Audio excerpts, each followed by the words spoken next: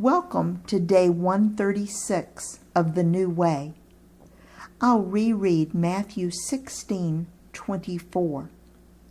Then Jesus said to his disciples, "Whoever wants to be my disciple must deny themselves and take up their cross and follow me."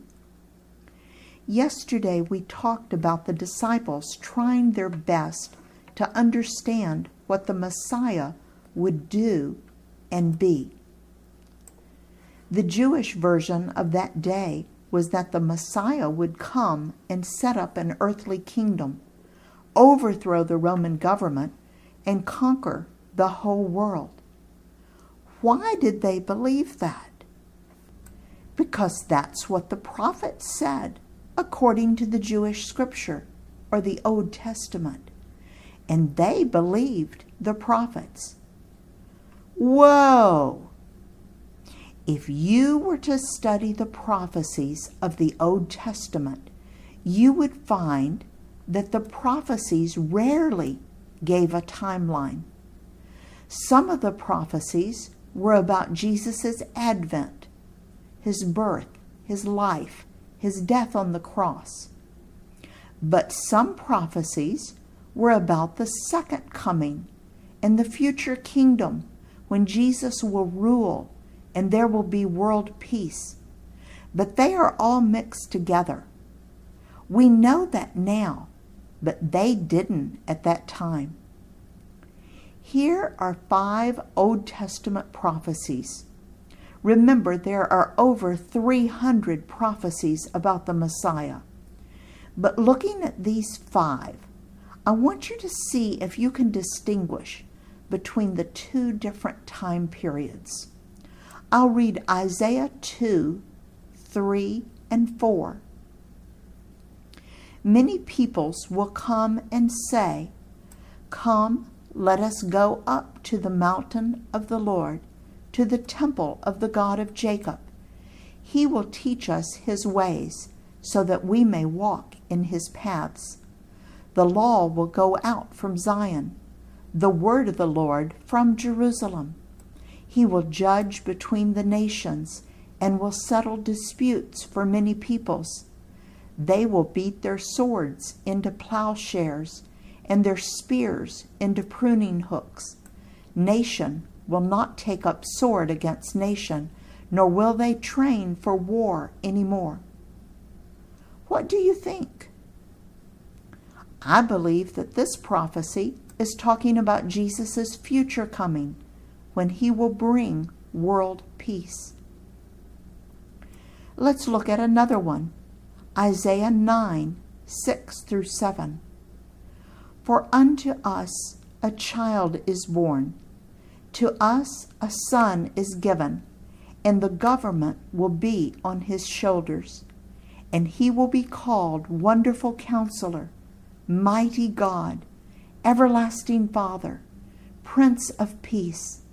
Of the greatness of his government and peace there will be no end.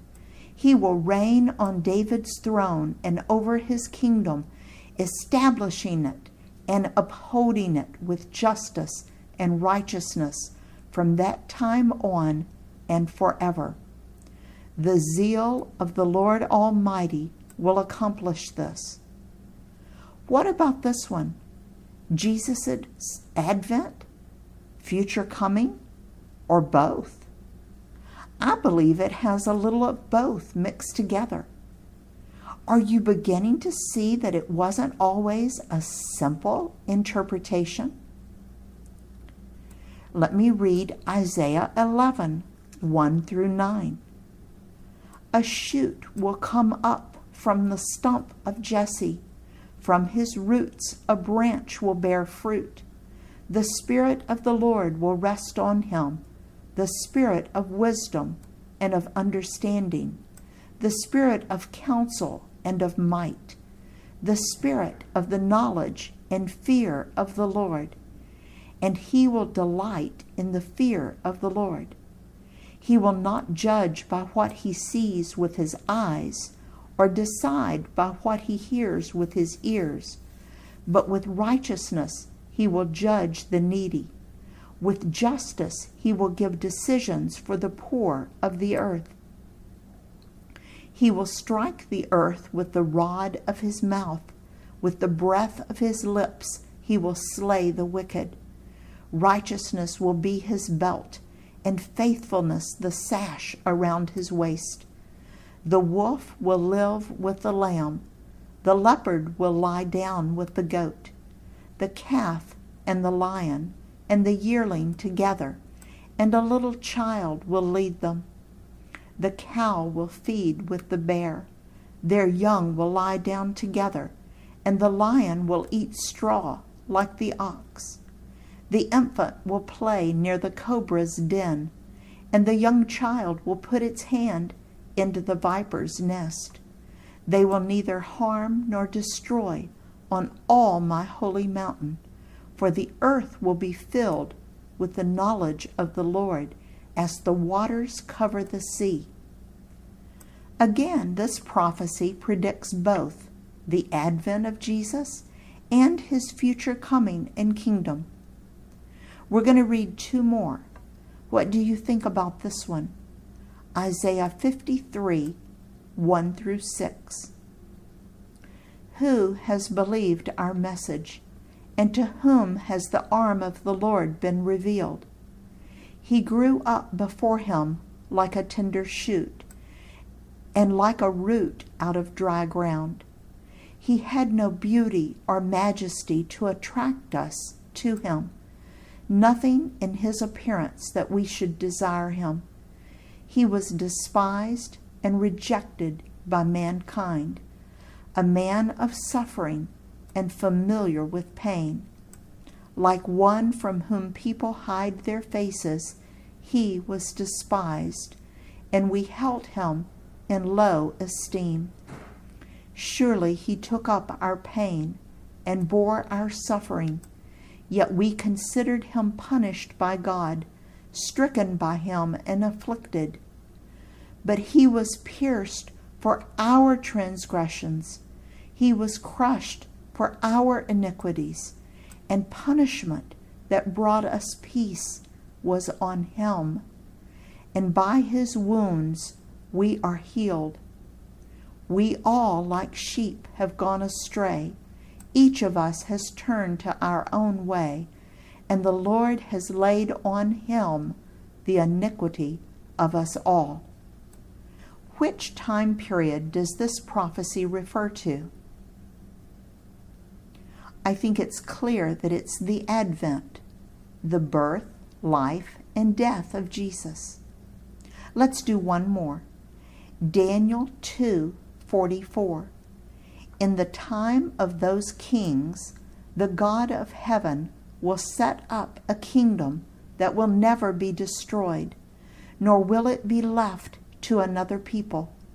It will crush all those kingdoms and bring them to an end, but it itself will endure forever. This prophecy is certainly referring to the future kingdom when Jesus will return as king. Can you see why the disciples, the Pharisees, and other Jewish leaders might be confused? I don't think Jesus was harsh with the Jewish leaders about their confusion. I think he was harsh with them because when he tried to teach them and give them all the evidence they needed, they still chose to reject him. Jesus encouraged their questions back then, and he encourages your questions today. Don't be afraid to ask him for clarification or explanations. He encourages us to seek him with all our heart and promises that if we do, we will find him. Jeremiah 29:13. There will always be scriptures that you don't fully understand, questions that won't be answered, and conundrums about your faith. Mark Twain, or Samuel Clemens, the famous author, said, "It ain't those parts of the Bible that I can't understand that bother me. It is the parts that I do understand. In his service, Dale.